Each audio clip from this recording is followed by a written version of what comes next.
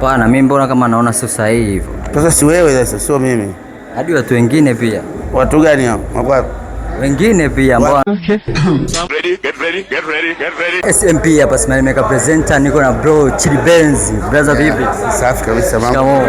Asante bwana. Mzima kabisa. Nakuona uko poa. Yeah.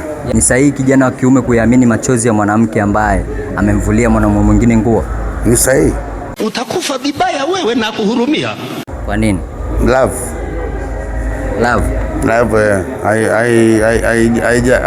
Amna mtu anaweza kujudge love. Mimi mwenyewe siwezi kujibu love now. Kuna watu watanishangaa, wanaona wewe Chili unaongea nini bwana? Okay. Love. Kwa mtu yetu wewe kamfanya chochote mwanamke wake lakini bado anamlilia mwanamke wake. Kwa hiyo love. Hapana, mimi mbona kama naona sio sahihi hivyo. Sasa si wewe sasa, sio mimi.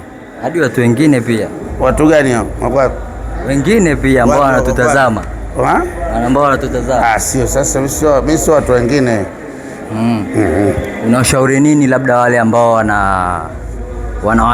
wanawasamee wapenzi wao baada ya kufanya kitu kama hicho? Siwashauri kitu kwa sababu mimi mwenyewe namsamehe mpenzi wangu.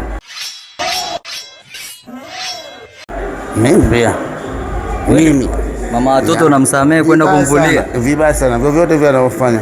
Mpenzi wangu ni mpenzi wangu. Siku akiniambia sio mpenzi wangu. Ndio. Yes. Ndio uwezi kumnali. Love unajua mdogo wangu? Hapana.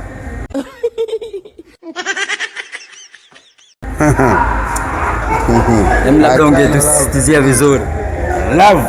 Wala sina haja ya kusitizia vizuri. Huwezi kuelewa. Love ni kitu kikubwa sana.